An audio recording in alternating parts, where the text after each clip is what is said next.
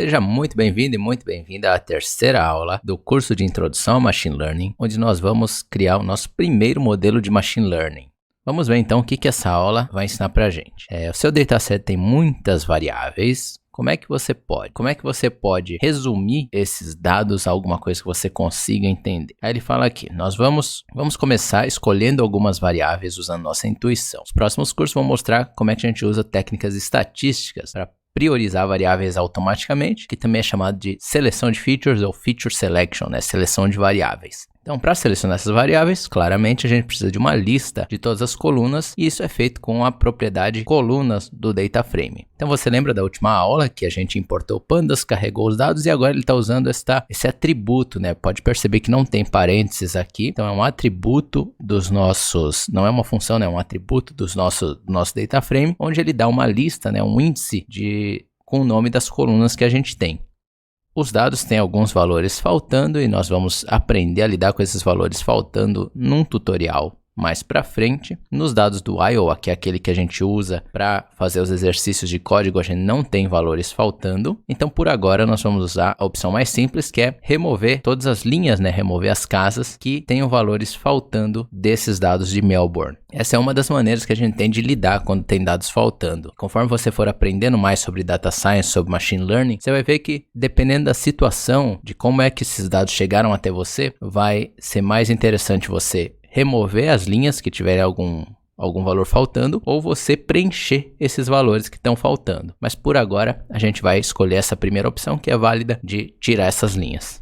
E ele faz isso com a função dropNA. Então a gente chama aqui o nosso Melbourne Data, o nosso data frame, .dropNA, essa função, axis igual a 0, porque axis ele é uma forma de você dizer para o Pandas se você quer que ele faça essa operação, nessa função, usando linhas ou colunas. Então, se eu colocar aqui axis igual a 0, ele vai tirar todas as linhas que tiverem algum valor faltando. Se eu colocar axis igual a 1, ele vai tirar todas as colunas que tiverem algum valor faltando. Eu levei um tempo para entender direito como é que funcionava esse axis, mas depois que você usa o Pandas, você acaba acostumando. Sempre que você quiser fazer uma operação nas linhas, é o axis igual a 0. Sempre que você quiser fazer uma operação nas colunas, é axis igual a 1. Existem muitas maneiras de selecionar um subset, né? Um pedaço dos seus dados, e o curso de Pandas, que a gente vai fazer em algum momento, cobre essas maneiras em mais profundidade, mas nós vamos focar em duas abordagens por agora. E uma delas vai ser a notação com o ponto, que você já vai entender o que é, para selecionar o target, para selecionar o preço das casas. Na área de Machine Learning, geralmente, a gente divide, tem 3 grandes áreas, que é o Machine Learning supervisionado, o não supervisionado e o Machine Learning de reforço. Supervisionado, sempre você vai ter as variáveis de entrada, né, o teu X, e as variáveis de saída, o teu Y. Então, esse que nós estamos fazendo aqui é um exemplo de supervisionado. Nós temos características da casa, que seria o nosso X, as nossas variáveis de entrada, e a gente quer prever o alvo, que é o preço da casa. Então, nós temos um Y, uma variável ali que a gente quer tentar relacionar o nosso X com ela. No aprendizado não supervisionado, você não tem uma variável alvo. Então, você está tentando achar algum padrão nos seus dados. Não necessariamente o padrão que você quer achar, mas algum padrão. Então, imagine que você tem uma base de clientes e você queira separar esses clientes de acordo com o comportamento de compra deles. Você poderia, se você não tiver um alvo, você poderia, por exemplo, pegar esse comportamento de compra deles, passar por um algoritmo não supervisionado e aí ele acharia, vamos dizer assim, grupos de clientes similares, mas que não necessariamente são, algum cliente que você possa fazer alguma ação e tudo mais. Então, geralmente, 90 e algumas coisas por cento do que você vai ver em Machine Learning vai ser aprendizado supervisionado. E o aprendizado de reforço é aquele que é mais similar ao como a gente mesmo funciona. Eu considero o que chega mais perto de uma inteligência artificial de verdade. No aprendizado de reforço, você vai ter um agente, um ambiente e você vai ter recompensas. E aí, esse agente, pensa num cachorrinho. Um cachorrinho é a melhor forma de você imaginar o aprendizado de reforço. O cachorrinho é o teu agente, o ambiente é, um parque, e aí tem várias ações que esse cachorrinho pode tomar nesse parque. Então, por exemplo, quando você manda o teu cachorrinho sentar, ele é um agente fazendo uma ação, sentar, e aí você pode dar uma recompensa para ele. É um pouquinho mais complicado de entender o de reforço. Eu acho que tem um curso aqui do Kaggle sobre aprendizado de reforço que a gente vai fazer em algum momento, mas por agora o que você precisa saber é que existem esses 3 tipos. E aqui a gente está falando do aprendizado supervisionado, que é esse onde a gente tem variáveis de entrada, a gente tem um y, que é o nosso alvo, né? As variáveis de entrada são as features e a gente quer achar a relação entre elas. Então, para achar esse alvo, para selecionar no nosso data frame esse y, esse alvo, a gente vai usar essa notação do ponto. E para selecionar as features, nós vamos selecionar uma coluna, uma lista com os nomes das colunas. Você já vai entender como é que tudo isso funciona. E no Pandas existem 2 formas, né, de você selecionar colunas. Por isso que ele está usando essas 2 maneiras aqui para você aprender. Uma delas é com o ponto. Então, se você colocar o nome do seu data frame, ponto, o nome da sua coluna, ele vai retornar para você uma série do Pandas que, na verdade, é um data frame, você pode pensar como um vetor, se você é mais matematicamente inclinado, ou se não é uma lista, basicamente uma lista com um índice, uma lista de coisas, um dicionário de Python, só que mais sofisticado. É uma série, é só uma coluna de um data frame. Mas boa parte das operações que você pode fazer no data frame, você pode fazer numa série também, só entenda que eles mudam a estrutura, né? A série é unidimensional, entre aspas, né, se a gente pensar, e o data frame ele é bidimensional, né, ele tem as linhas e as colunas. E aí quando você selecionar isso, ele retorna essa série e ele vai armazenar nessa variável y. Acho que isso vai ficar bem claro quando a gente estiver fazendo os exercícios. E essa é a coluna que a gente quer prever, que é o preço das casas. Agora nós vamos selecionar as features, selecionar as colunas que nós vamos dar, as características da casa que nós vamos entregar para o modelo, para a partir dessas características ele poder prever o alvo. E é muito importante que essas características você possa ter em mãos na hora da previsão. Um erro comum até de quem está começando em Data Science, às vezes é selecionar variáveis de entrada, selecionar features que você não vai ter na hora de fazer a previsão de verdade. Então imagine que você esteja tentando prever, aí você conseguiu o seu emprego de Data Science, está tentando prever se um cliente vai deixar de pagar uma fatura de cartão de crédito nos próximos 6 meses.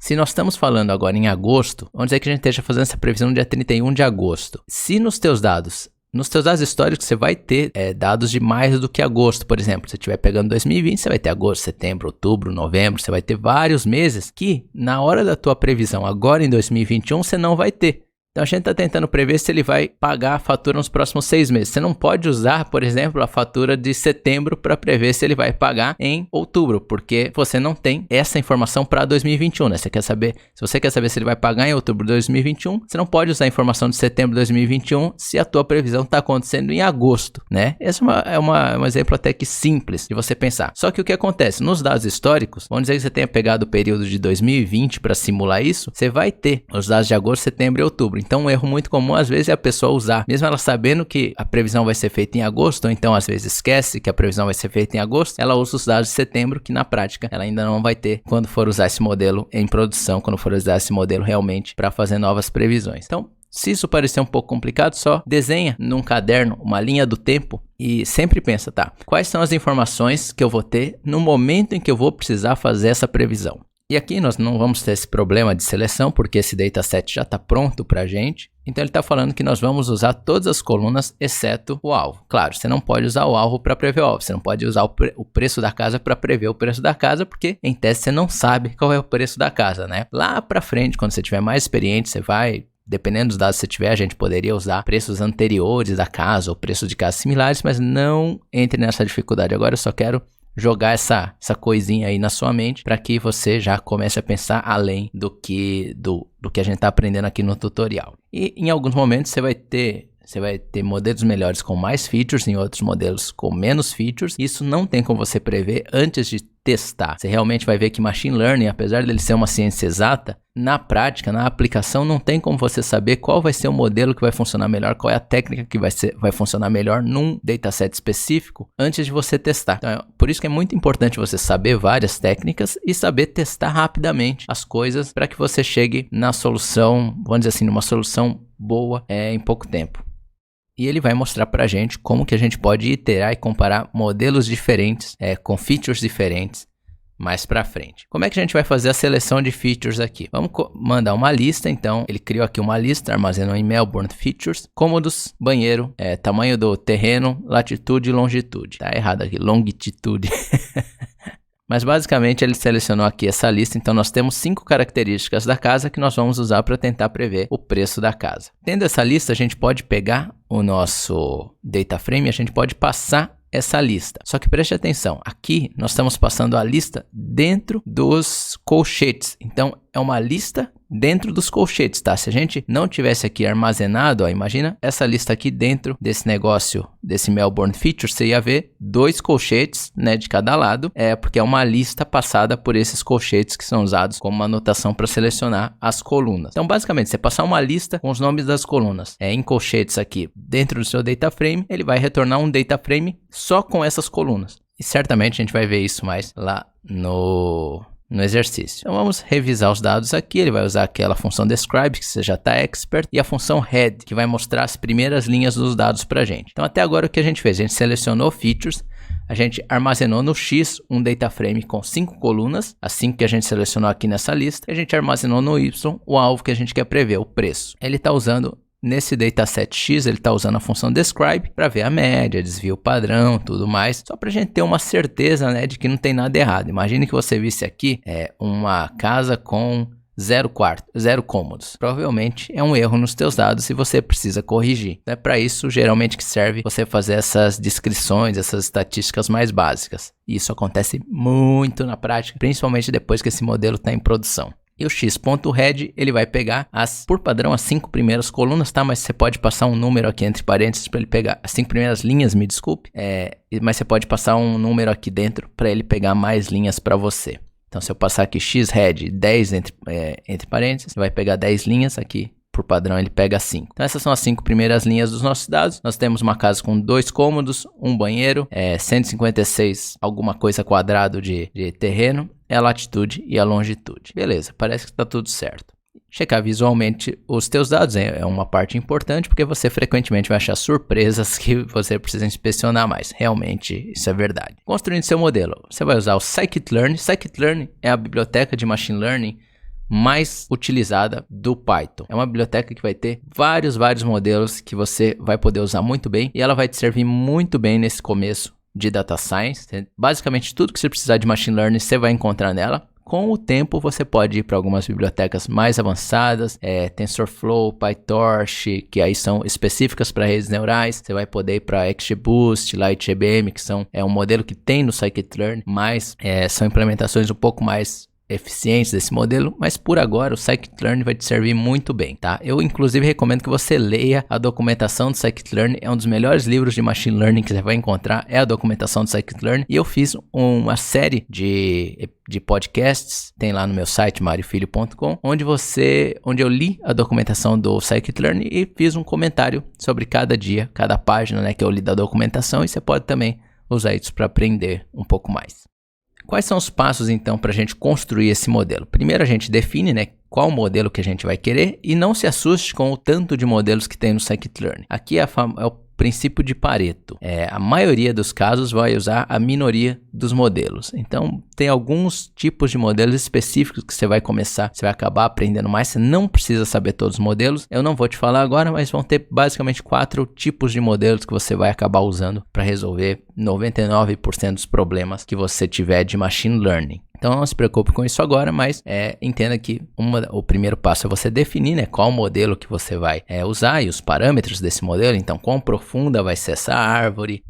Por exemplo, se você selecionar uma árvore, então alguns parâmetros de uma rede neural e etc e tal. Depois que você definiu qual é o modelo, você vai treinar o modelo. Aqui a gente chama de fit, é aquele processo de treinamento que eu te expliquei na outra aula. Depois que o modelo estiver treinado, então vamos dizer lá que seja aquela árvore que a gente viu na primeira aula. Depois que a árvore estiver montadinha, o método predict vai jogar os dados lá dentro, dados novos, né, dentro da árvore, e esses dados vão cair em algum nó final para fazer a previsão pra gente. Então, o predict simplesmente pega características, né, as variáveis de entrada que a gente tem para um novo exemplo, e dá pra gente uma previsão, um y. E depois a gente vai avaliar, que quer dizer, tá, eu tenho esse modelo treinado, belezinha, essa árvore, como é que eu sei se ele é bom, né? E aí você vai medir o erro ou o acerto dos teus dados. Você vai entender por que eu tô falando que o erro e o acerto são coisas diferentes mais pra frente. Vamos ver esse exemplo de como é que você cria uma árvore de decisão usando o Scikit-learn. É muito simples. Então, from sklearn.tree importa decision tree regressor. Esse aqui é o objeto da árvore de decisão. Ele armazena esse objeto, então a gente cria aqui decision tree regressor. Esse random state é uma forma da gente garantir que a árvore vai ser sempre a mesma, que vai ser criada. Por quê? Porque alguns modelos eles têm uma certa aleatoriedade.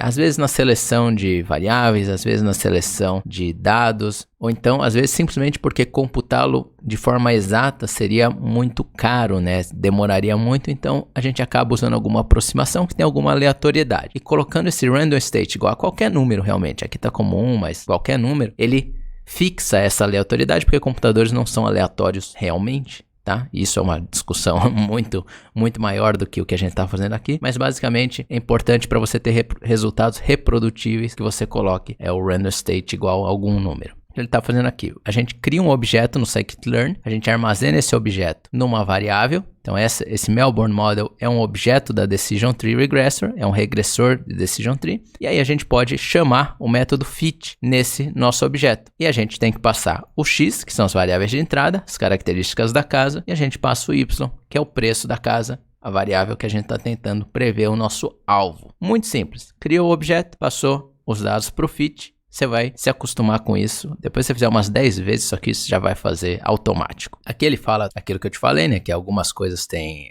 alguns modelos têm alguma aleatoriedade. Então é importante você botar o random state. E depois que a gente rodou esse método fit, e preste atenção. Uma coisa que às vezes a gente confunde, a gente coloca, por exemplo, Melbourne Model igual Melbourne Model.fit. Tá? Presta atenção que aqui não está sendo igual a nada. Tá? A gente está chamando esse método fit nesse objeto, mas ele não retorna nada para a gente. Então você pode ver, a gente não está armazenando nada numa variável. Ele está internamente fazendo o treinamento desse modelo. Isso é muito importante você prestar atenção, porque é uma coisa que se você, no começo, quando você erra isso aqui, você fica 10 horas tentando entender o que você está fazendo de errado. E aí quando você vê, você fala, nossa, era só isso. Mas isso é normal também.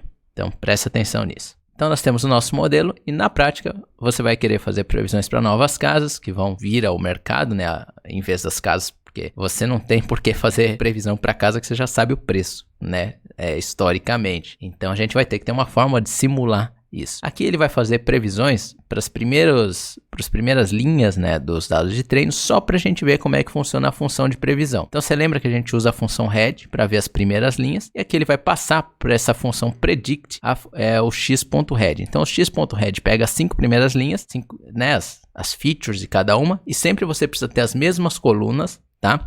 Os valores das colunas vão mudar dependendo da casa que a gente vai tentando prever, mas você sempre precisa ter as mesmas colunas. E aqui ele pega essas 5 linhas e passa para o método predict. Esse método sim vai retornar para a gente, geralmente, né, vai depender do que você está prevendo, mas geralmente uma lista de previsões. Então ele fez aqui o ponto predict e ele previu para a primeira casa 1.035.000 dinheiros, para a segunda casa 1.465.000 dinheiros e assim vai. Cara, nessas casas, casa cara. E basicamente é assim que você cria um modelo de machine learning. Vamos então agora para o exercício para a gente criar esse modelo para os dados de Iowa. Lembrando que a minha recomendação é que você faça esses exercícios primeiro, dá uma pausa aí no vídeo, faça os exercícios e depois você venha e verifique como é que eu fiz, os comentários e tudo mais, para você aprender mais do que só me assistindo aqui fazer. Primeira coisa, vamos carregar os dados, então aqui importar pandas, Iowa File Path, carregar o CSV, que você já está expert, e essa parte aqui só carrega para a gente as bibliotecas para verificar se o exercício do código está sendo feito corretamente. Né? Se a gente está acertando ou se a gente está errando os exercícios. Você tem que rodar aqui usando o triangulinho, mas isso você já sabe. Daqui a pouco eu volto para a gente continuar. Primeiro passo, especificar o alvo da previsão. Então selecione a variável alvo, que é o preço da venda, e salve em uma nova variável chamada y. Você vai precisar imprimir, né, visualizar uma lista das colunas para achar o nome da coluna que você precisa. Então aqui ele fala, o primeiro exercício é imprima a lista de colunas do dataset. A gente sabe fazer isso. Muito fácil. Então a gente tem o home data, a gente vai usar o método .columns. Então .columns, e aí a gente clica aqui no nosso triângulo e olha só quanta coluna tem nesses dados. Beleza, aqui a gente precisa achar o preço e o preço é a última coluna, é o sale price. Então vamos copiar aqui o sale price e a gente precisa selecionar essa coluna. Então como é que a gente faz para selecionar essa coluna? Você fala, Mário, é só colocar o nome aqui? Não, aqui a gente estaria criando uma string. Então o que a gente precisa fazer é o seguinte, home data, e a gente tem duas maneiras de selecionar, lembra? A gente tem com o ponto, então a gente pode selecionar sale price aqui, home data.sale price, é pegar essa coluna do nosso data frame, se eu rodar aqui ele diz que está correto, e a outra maneira que eu vou te ensinar também é com o colchete. Então a gente pode colocar aqui entre aspas o nome, né, passar uma string, e aí também ele deve dar como correto, né? Vamos ver se ele dá como correto, também dá, porque ele seleciona essa coluna e armazena nessa variável y, tá? E variável, não se confunda, porque você vai ver que eu vou falar variável do ponto de vista de machine learning, que são as variáveis que a gente está avaliando, né, cada coluna dessas, e tem a variável do ponto de vista da programação, né, do Python, que são essas coisinhas onde a gente armazena, né, esses objetos onde a gente armazena os dados que a gente precisa, os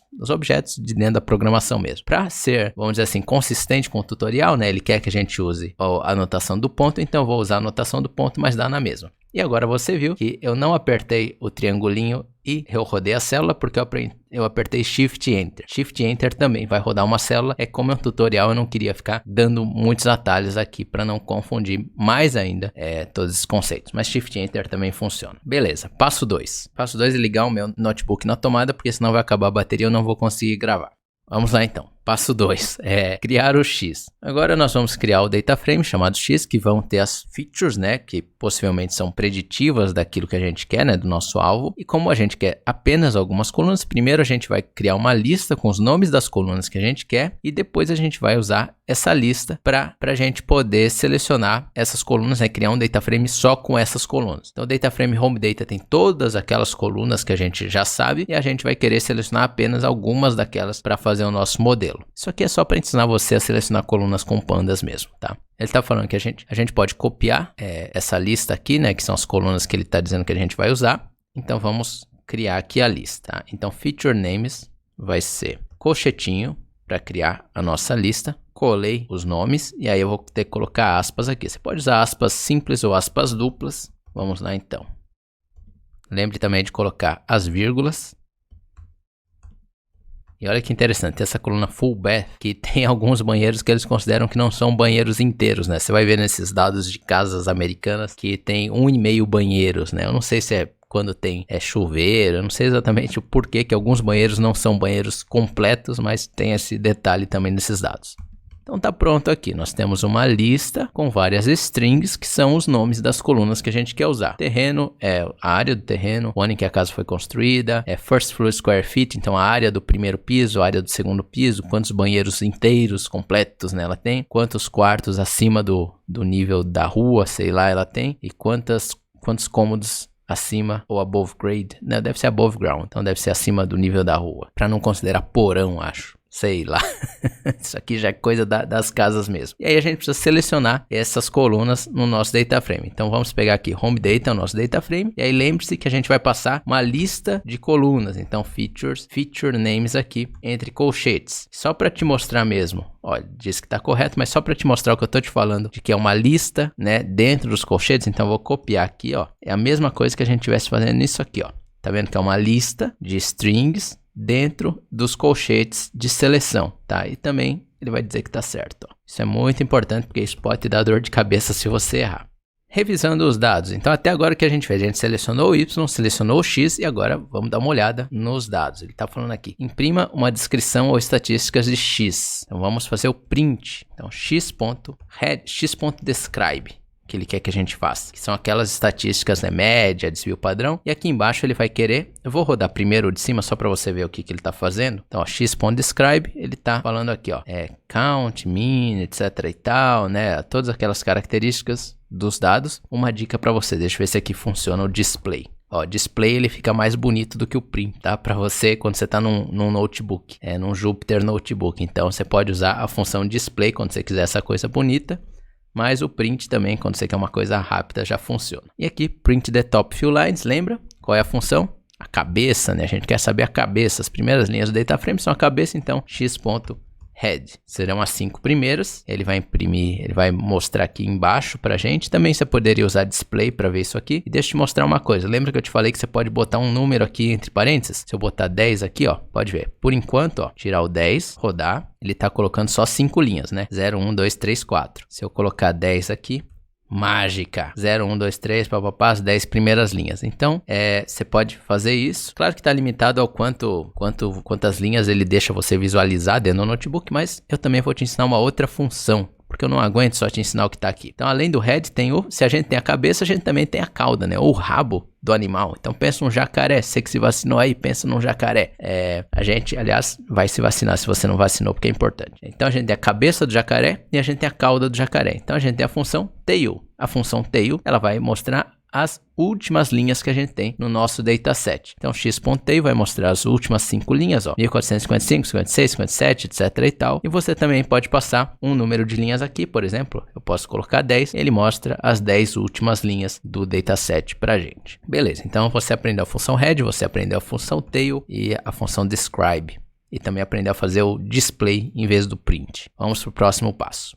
Especificar e treinar, né, e fit o modelo e treinar o modelo. Então nós vamos criar um Decision Tree Regressor e em algum momento a gente vai falar por que isso aqui chama Regressor, tem também o Classifier, mas eu acho que em algum momento ele vai falar, então não vou te explicar isso no momento, né, nessa aqui para não confundir muito a sua cabeça. Então nós vamos criar esse objeto, salvar como Iowa Model, e depois nós vamos treinar esse modelo usando os dados x e y que a gente salvou acima. Então, a primeira coisa aqui, a gente tem que importar, então aqui em cima, from sklearn.tree, porque são árvores somos nós, Decision Tree Regressor, esse objeto. Tendo importado esse objeto, a gente cola ele aqui e lembra, vamos colocar o random state para a gente ter resultados reprodutíveis. O random state, vamos colocar aqui, hoje é dia 24 de agosto, vamos colocar 24 como random state. Depois de criado esse modelo, então se eu olhar esse modelo agora, né, vamos ver se ele vai dar um erro, porque aqui está no notebook, mas se eu olhar esse modelo, ó, ele vai falar, você não treinou o modelo ainda. Então ele é um objeto lá do modelo, mas ele não está treinado. Então pensa que é uma árvore, é uma semente, não é uma árvore ainda. Ele não cresceu para ser uma árvore de decisão. É só uma sementinha lá que a gente vai plantar. Quando a gente faz o fit, essa árvore cresce, tá? A gente rega a árvore, a gente cuida da árvore. Então o que a gente faz? Pega Iowa Model.fit, presta atenção que eu não estou colocando Iowa Model igual aqui, não, isso aqui tá errado, tá? É só Iowa Model.fit x, primeiro argumento são as features de entrada, y é o alvo que a gente quer prever. Tirar isso aqui daqui e agora ele vai dizer que tá certo, correct. Então vamos lá, criou o modelo, chamou o método fit no modelo que não retorna nada. Estou batendo bastante nisso porque isso é um negócio que às vezes a gente confunde. Então lembre-se disso. Tá correto? Vamos então fazer as previsões no método 4. Nesse momento a nossa árvore cresceu. A gente foi lá, plantou a semente, treinou a árvore, ou seja, regou, cuidou da árvore. Agora a gente tem uma árvore que aprendeu a prever, né, com um erro ali razoável, mas aprendeu a prever o preço das casas baseado nas características que a gente passou. Então, baseado na área do terreno, baseado no número de quartos, etc e tal, lá que a gente viu, ela aprendeu a prever, a relacionar essas variáveis a um alvo que é o preço, igual a gente viu lá na primeira aula como é que ela faz. E aí, para fazer previsões, a gente pode usar o método .predict. Nesse caso, a gente vai usar os mesmos dados que a gente já estava usando, que é o x e o y, mas você vai ver como é que a gente faz um negócio chamado validação na próxima aula, provavelmente.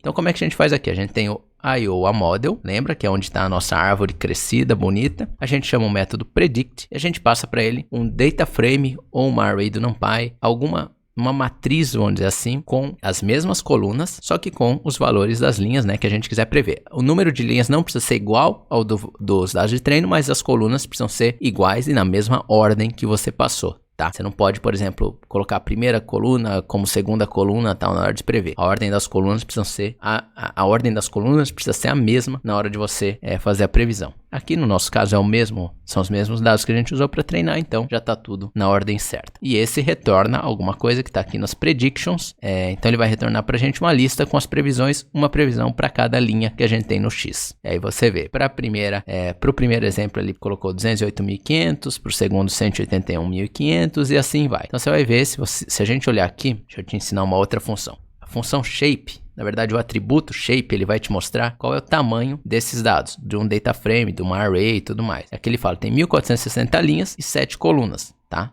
O nosso X que a gente selecionou lá. Então quer dizer, se eu estou prevendo nesse X, eu espero que ele me dê 1460 previsões, que é uma previsão para cada linha, uma previsão para cada casa. Se a gente olhar agora o predictions, então vamos rodar aqui predictions.shape, 1460 previsões. Então quer dizer, para cada linha, ele pega essas características, joga dentro da árvore de decisão e dá uma previsão para a gente e depois retorna numa lista de previsões. Beleza? Espero que sim.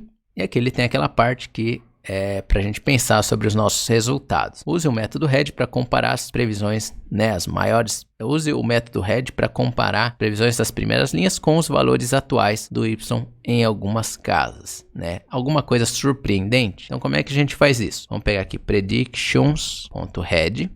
Então são as primeiras, esse aqui é uma NumPy Array, então ele não vai ter o método RED, tá? A gente vai selecionar igual se fosse uma linha, então vamos pegar aqui as 5 primeiras previsões que ele tem.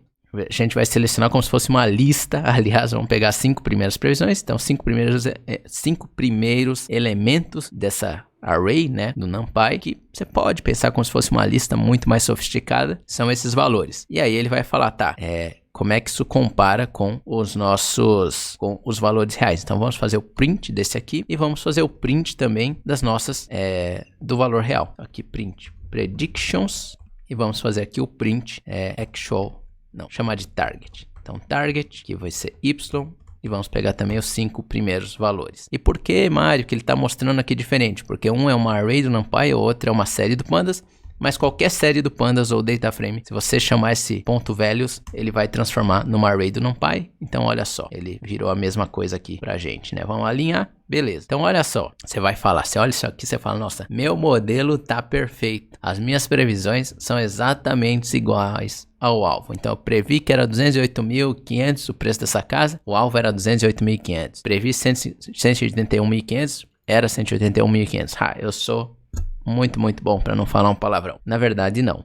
Você realmente vai esperar que o teu modelo, nos dados de treino, ele vai sempre prever muito melhor do que nos dados novos que ele vai acabar vendo, tá? Então é natural que a gente veja aqui uma previsão praticamente perfeita, porque são dados que ele já conhece. É a mesma coisa, se eu falo para você, o preço dessa casa aqui, com 2 quartos, é R$1.000. Aí, a hora que eu te pergunto, qual é o preço dessa casa aqui com 2 quartos? A mesma casa, você vai falar R$10.000. R$1.000, sei lá, o preço que eu te falei aí. Então quer dizer, não tem novidade. Agora se eu chego pra você e falo, e o preço dessa outra casa aqui, ela também tem 2 quartos. Qual é o preço dela? Provavelmente você vai falar R$10.000, você vai falar R$1.000, mas pode ser que seja um preço diferente, porque é uma casa diferente, tem outras características além do quarto e tudo mais.